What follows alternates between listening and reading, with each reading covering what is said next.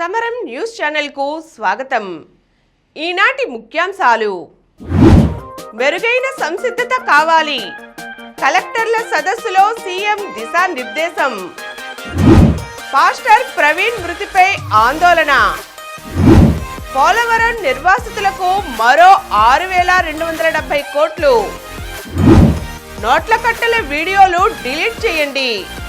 ఢిల్లీ పోలీసులకు ఉన్నతాధికారుల ఆదేశం. ఇరాన్లో భూగర్భ క్షిపణి నగరం. ఇకపై డిగ్రీలో 2 సబ్జెక్టులు. సీనియర్ సిటిజన్లకు డిజిటల్ కార్డ్. ముందస్తు లక్షణాలు లేకుండా గుండెపోటు ఎందుకు? ఈరోజు వార్తలను చూద్దాం. మెరుగైన సంసిద్ధత కావాలి. మీరు కలెక్టర్ల సదస్సు కోసం సిద్ధం కాకుండా గౌరవ పౌరుల్లా వస్తున్నారు. కానీ బాధ్యత గల పౌరులుగా అన్ని విషయాలు తెలుసుకుని రావాలి. ఐఏఎస్ కోసం ఎంత ప్రిపేర్ అయ్యారో అంతకంటే ఎక్కువగా మీ సంసిద్ధత ఉండాలని కలెక్టర్లకు ముఖ్యమంత్రి చంద్రబాబు స్పష్టం చేశారు. కాగితాలు చదవడానికి కలెక్టర్లు వస్తున్నారా అని సూటిగా ప్రశ్నించారు. ఐపీఎస్ల్లో కొందరు చాలా కొత్తగా సృజనాత్మకంగా ఆలోచిస్తున్నారని, కొత్త యాప్స్ తీసుకొస్తున్నారని అన్నారు. కానీ ఐఏఎస్లు అలా ఉండటం లేదని అసంతృప్తి వ్యక్తం చేశారు. మీరు అడ్మినిస్ట్రేషన్ సర్వీస్లో ఉన్నారు కానీ మెరుగ్గా పనిచేయడం లేదు. మీ నాలెడ్జ్ ఇక్కడ చూపిస్తున్నారు. నాకు కావాల్సింది అది కాదు, మీరు ఏం చేశారో చెప్పండి.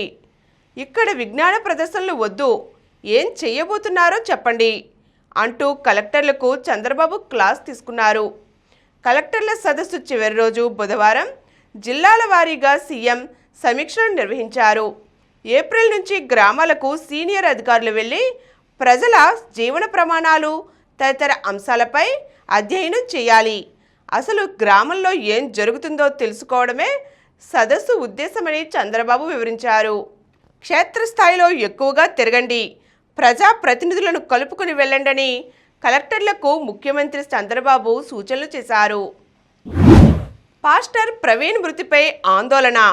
ప్రముఖ క్రైస్తవ పాస్టర్ ప్రవీణ్ పగడాల అనుమానాస్పద మృతి నేపథ్యంలో బుధవారం రాజమహేంద్రవరం ప్రభుత్వ బోధనాసుపత్రి వద్ద రోజంతా ఉద్రిక్త పరిస్థితులు నెలకొన్నాయి. తూర్పుగోదావరి జిల్లాకు చెందిన క్రైస్తవ సంఘాల నాయకులు, ప్రవీణ్ అనుచరులతో పాటు తెలంగాణలోని పలు ప్రాంతాలకు చెందిన క్రైస్తవ ప్రముఖులు ఆసుపత్రి వద్దకు చేరుకున్నారు. ప్రవీణ్ కుమార్ ప్రమాదవశాత్తు చనిపోలేదని, ఆయన హత్యకు గురయ్యారని పేర్కొంటూ నిరసనలు వ్యక్తం చేశారు. మరోవైపు ప్రవీణ్ మృతదేహానికి అధికారులు పంచనామా నిర్వహించి పోస్టుమార్టం పూర్తి చేశారు. అనంతరం బందోబస్తు మధ్య మృతదేహాన్ని అంబులెన్స్లో హైదరాబాద్కు తరలించారు. ఇదిలా ఉంటే క్రైస్తవ విశ్వాసులు పెద్ద సంఖ్యలో మోకాళ్లపై నిలబడి ప్రవీణ్కు న్యాయం జరగాలంటూ నినాదాలు చేశారు. ప్రజాశాంతి పార్టీ వ్యవస్థాపకుడు కేఏ పాల్ పోస్టుమార్టం జరుగుతున్న మార్చురీ గది లోపలకు వెళ్లడానికి ప్రయత్నించగా పోలీసులు అడ్డుకున్నారు. కాగా ప్రవీణ్ మృతి కేసు దర్యాప్తు వేగంగా జరుగుతోందని ఎస్పీ నరసింహ కిషోర్ తెలిపారు. ప్రస్తుతం అనుమానాస్పద మృతిగా కేసు నమోదు చేశామన్నారు. కొవ్వూరు డీఎస్పీ దేవకుమార్ ఆధ్వర్యంలో 5 ప్రత్యేక బృందాలు రంగంలోకి దిగాయని చెప్పారు. పోలవరం నిర్వాసితులకు మరో 6,270 కోట్లు. పోలవరం ప్రాజెక్టు నిర్వాసితులకు సహాయ పునరావాస ప్యాకేజీ కింద మరో 6,270 కోట్లు విడుదల చేసేందుకు రాష్ట్ర ప్రభుత్వం సిద్ధమవుతోంది. సాధారణంగా ఏదైనా ప్రాజెక్ట్ నిర్మాణం పూర్తవుతుండగా కాంట్రాక్టర్లకు పూర్తి స్థాయి చెల్లింపులు జరపడంపైనే ప్రభుత్వం దృష్టి సారిస్తుంది. అయితే చంద్రబాబు ప్రభుత్వం ప్రాజెక్టుకు భూమిలిచ్చిన వారిని విస్మరించకుండా సహాయ పునరావాస కార్యక్రమాలకు ప్రాధాన్యం ఇస్తోంది. పోలవరం నిర్మాణానికి భూములిచ్చిన వారిలో అత్యధికులు గిరిజనులే కావడంతో ప్రాజెక్టు పూర్తయ్యేలోపు వారికి సమాంతరంగా సహాయ పునరావాసం కల్పించవలసిందేనని తేల్చి చెప్పారు. నోట్ల కట్టల వీడియోలు డిలీట్ చేయండి. జస్టిస్ యశ్వంత్ వర్మ ఇంట్లో అగ్ని ప్రమాదం వార్త తెలియగానే అక్కడికి చేరుకున్న పోలీసులు సగం కాలిన నోట్ల కట్టలకు సంబంధించి పలు వీడియోలు తీశారని, కానీ ఉన్నతాధికారుల ఆదేశాల మేరకు వాటిని తమ ఫోన్లలోంచి డిలీట్ చేశారని విశ్వసనీయ వర్గాల సమాచారాన్ని ఉటంకిస్తూ రిపబ్లిక్ వార్తా సంస్థ ఒక కథనాన్ని వెలువరించింది. ఆ వీడియోల తాలూకు కాపీలు తీయవద్దని వాటిని ఎవరికీ పంపించవద్దని పై అధికారుల నుంచి వారికి కఠిన ఆదేశాలు వచ్చినట్లు పేర్కొంది. నిజంగానే ఉన్నతాధికారులు అలా ఆదేశించి ఉంటే అది సాక్ష్యాధారాల ధ్వంసం కిందికే వస్తుందని న్యాయ నిపుణులు పేర్కొంటున్నారు. అంతేకాదు అగ్ని ప్రమాదం జరిగిన రోజు తన్ను స్టోర్ రూమ్లోకి రాకుండా అడ్డుకున్నారని నాడు జడ్జి ఇంటి వద్ద విధులు నిర్వర్తిస్తున్న కానిస్టేబుల్ ఇచ్చిన వాంగ్మూలం అనుమానాలను మరింతగా పెంచుతోంది. కాగా ఢిల్లీ పోలీసులు బుధవారం జడ్జి ఇంటికి వెళ్లి ఘటనా స్థితిని పరిశీలించారు.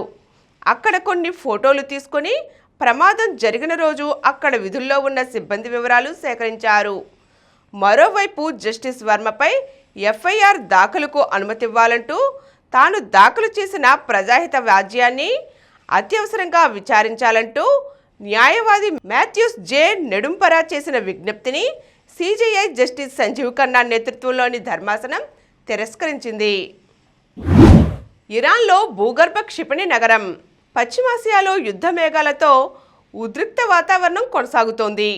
ఈ నేపథ్యంలో ఇరాన్ తమ దేశంలో క్షిపణులను భద్రపరిచే భారీ భూగర్భ నగరం వివరాలను ప్రపంచానికి తెలియచేసింది. భూమికి 500 మీటర్ల లోతులో ఈ నగరాన్ని నిర్మించినట్లు పేర్కొంటూ 85 సెకన్ల నిడివి గల ఓ వీడియోను విడుదల చేసింది.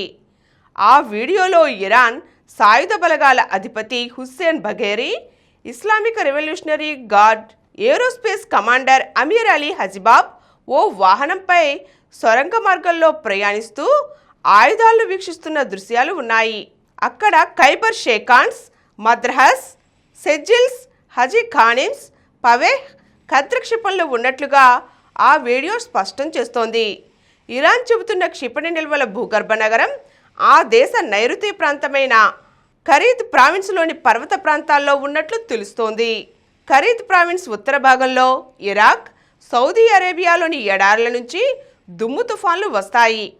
ఫలితంగా అక్కడ భూగర్భంలో చలమలకు అవకాశం లేదని భౌగోళిక శాస్త్రవేత్తలు చెబుతున్నారు. వీడియోలో దృశ్యాలను బట్టి చూస్తే భూగర్భ నగరం సొరంగ మార్గాలను భారీ బంకర్ల మాదిరిగా నిర్మించారు. అంటే అణుయుద్ధాలు వచ్చినా వేల మంది పౌరులకు భూగర్భ నగరాలలో ఆశ్రయం కల్పించే అవకాశాలు ఉంటాయి. లక్ష్య సాధనలో ముందడుగు. ఎన్టీఆర్ జిల్లా కలెక్టర్ లక్ష్మీసా. ఎన్టీఆర్ జిల్లా సమ్మిళిత అభివృద్ధికి రానున్న 2025-26 ఆర్థిక సంవత్సరంలో 18% పైబడి వృద్ధిని సాధించే ప్రణాళికలను కలెక్టర్ లక్ష్మీసా వివరించారు. సీఎం చంద్రబాబుతో కలెక్టర్ల కాన్ఫరెన్స్ రెండో రోజు collector Lakshmisha power point presentation ద్వారా జిల్లా నిర్దేశించుకున్న లక్ష్యాలు, ప్రభుత్వం నుంచి కావలసిన మద్దతు గురించి వివరించారు. జిల్లాలో సేవ, పారిశ్రామిక రంగాలలో ఉన్న అపార అవకాశాలను వినియోగించుకొని మరింతగా వృద్ధిని సాధించే దిశగా నిర్దేశించుకున్న లక్ష్యాలను వివరించారు. కొండూరు కిడ్నీ వ్యాధులకు మరేదో కారణం. తిరువూరు నియోజకవర్గంలో కిడ్నీ వ్యాధులు ప్రబలడానికి గల కారణాలపై జోధ్పూర్లోని ఐసీఎంఆర్ నిపుణులతో అధ్యయనం చేయించాలని సంకల్పించామని కలెక్టర్ లక్ష్మీసా తెలిపారు.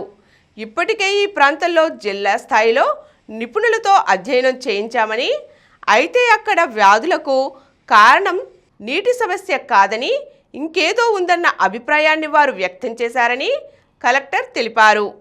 దీంతో ఐసీఎంఆర్ నిపుణులతో అధ్యయనం చేయించాలని సంకల్పించామని కలెక్టర్ సీఎంకు నివేదించారు. సీనియర్ సిటిజన్లకు డిజిటల్ కార్డ్. ప్రభుత్వ, ప్రైవేట్ సేవలు పొందేందుకు 60 ఏళ్లు నిండిన వృద్ధులకు గుర్తింపుగా ఉండే సీనియర్ సిటిజన్ కార్డును ఇకపై రాష్ట్ర ప్రభుత్వం డిజిటల్ రూపంలో అందించనుంది. గ్రామ, వార్డు సచివాలయాల్లో ఈ డిజిటల్ కార్డ్ అందించేలా కొత్త సర్వీస్ తీసుకువస్తున్నారు. ఇటీవల వెలగపూడిలోని రాష్ట్ర సచివాలయంలో జరిగిన senior citizen council state advisory దీనిపై నిర్ణయం తీసుకుంది. ఈ కార్డుతో వైద్య సదుపాయాలు సులభంగా పొందేలా ఆసుపత్రుల్లో ప్రత్యేక క్యూలు, రాయితీలకు అవకాశం ఉంటుంది. మందులు, డయాగ్నోస్టిక్ టెస్టులపై ధరలు తగ్గుతాయి. సీనియర్ సిటిజన్లకు ఎఫ్డి, ఎస్సీఎస్ఎస్ సేవింగ్స్ స్కీములపై అధిక వడ్డీ, ఇన్కమ్ ట్యాక్స్ మినహాయింపు పెరుగుతుంది. Indira Gandhi national old age pension scheme వంటి పథకాలకు అర్హత, రాష్ట్ర ప్రభుత్వాల నుంచి అదనపు సబ్సిడీలు లభిస్తాయి. మ్యూజియం, సినిమా హాళ్లు, పార్కుల్లో ప్రవేశ ఫీజులో రాయితీ, లైఫ్ ఇన్సూరెన్స్ ప్రీమియంలో తగ్గింపు లభిస్తాయి. వృద్ధుల ఆర్థిక స్వాతంత్ర్యాన్ని పెంపొందించడం, ఆరోగ్యం, భద్రతకు ప్రాధాన్యత, ప్రభుత్వ యోజనాలను సులభంగా అందుబాటులోకి తీసుకురావడం దీని లక్ష్యం. ఇకపై డిగ్రీలో 2 సబ్జెక్టులు. డిగ్రీ విద్యలో సంస్కరణలకు ప్రభుత్వం శ్రీకారం చుట్టింది. ఇక నుంచి డిగ్రీలో 2 ప్రధాన సబ్జెక్టులకు బోధించేందుకు వీలుగా కసరత్తు చేస్తోంది. వైసీపీ హయాంలో అప్పటి వరకు ఉన్న 3 ప్రధాన సబ్జెక్టుల విధానాన్ని మార్చి ఒకే సబ్జెక్టుకు డిగ్రీని కుదించారు. అయితే ఇది విద్యార్థుల భవిష్యత్తుపై ప్రభావం చూపడంతో పాటు ఒకే సబ్జెక్టులో పాఠ్యాంశాలను భారీగా పెంచడంతో అధ్యాపకుల కొరత కూడా ఏర్పడింది. ఫలితంగా ఒకే ప్రధాన సబ్జెక్టు విధానంపై విద్యార్థుల తల్లిదండ్రులు అభ్యంతరం వ్యక్తం చేశారు. దీన్ని దృష్టిలో పెట్టుకుని ప్రస్తుత ప్రభుత్వం డిగ్రీలో 2 ప్రధాన సబ్జెక్టులను ప్రవేశపెట్టాలని భావిస్తోంది. 3 వారాల్లోగా డిగ్రీ విధానంలో మార్పులపై ఏర్పాటు చేసిన కమిటీ నివేదిక సమర్పించాలని ఆదేశాలు జారీ చేసింది.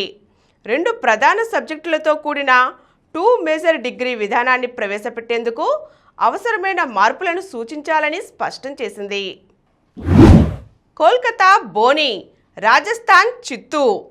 క్లిష్టమైన వికెట్పై క్వింటన్ డికాక్ 61 బంతుల్లో 8 4లు 6 6లతో 97 నాటౌట్గా రాణించడంతో defending champ Kolkata Knight Riders ఖాతా తెరిచింది.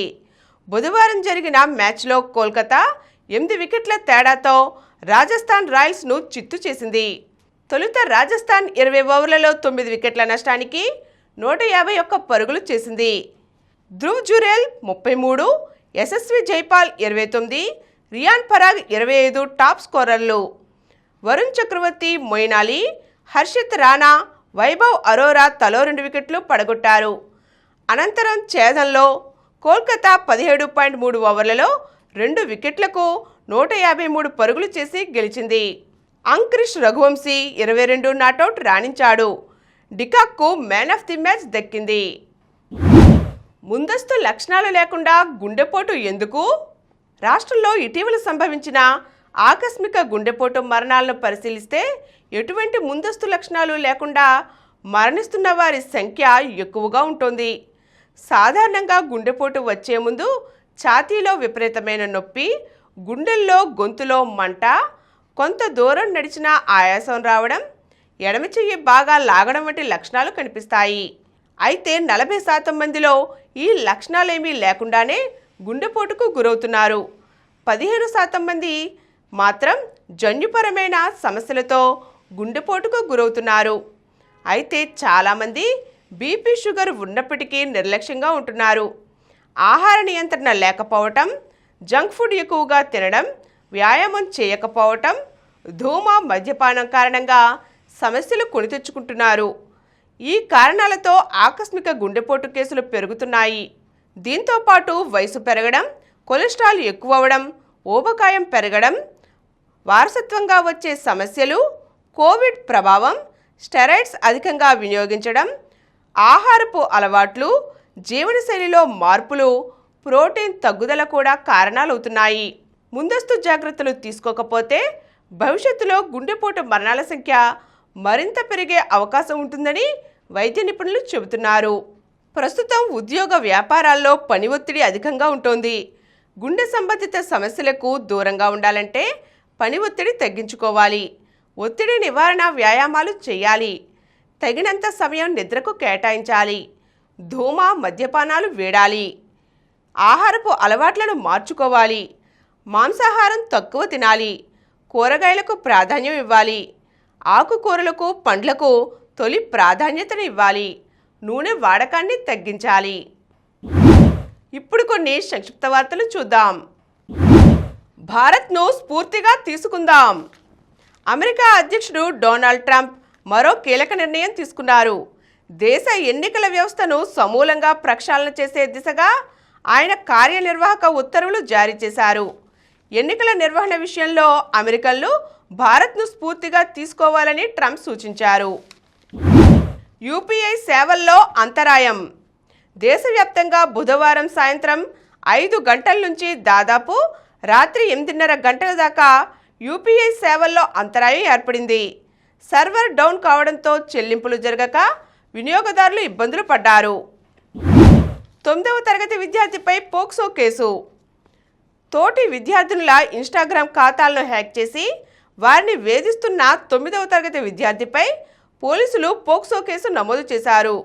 స్కూల్లో తనతో చదువుకుంటున్న 5 ఆడపిల్లల ఇన్స్టాగ్రామ్ ఖాతాలను హ్యాక్ చేశాడు.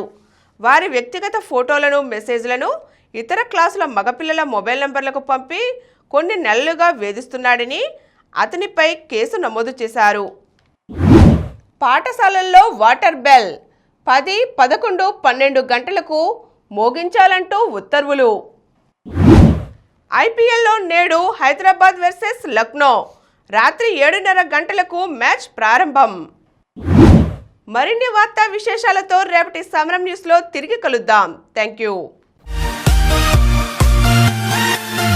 ప్రతిరోజు వార్తా విశేషాల కోసం అనతి కాలంలోనే 20 కోట్లకు పైగా వ్యూస్ సాధించిన సమరం ఛానల్ సమర్పించు సమరం న్యూస్ ఛానల్కు సబ్స్క్రైబ్ చేయండి, లైక్ చేయండి, మీ ఫ్రెండ్స్కి షేర్ చేయండి. అలాగే ప్రక్కనున్న గంట సింబల్ని ప్రెస్ చేయడం మర్చిపోకండి.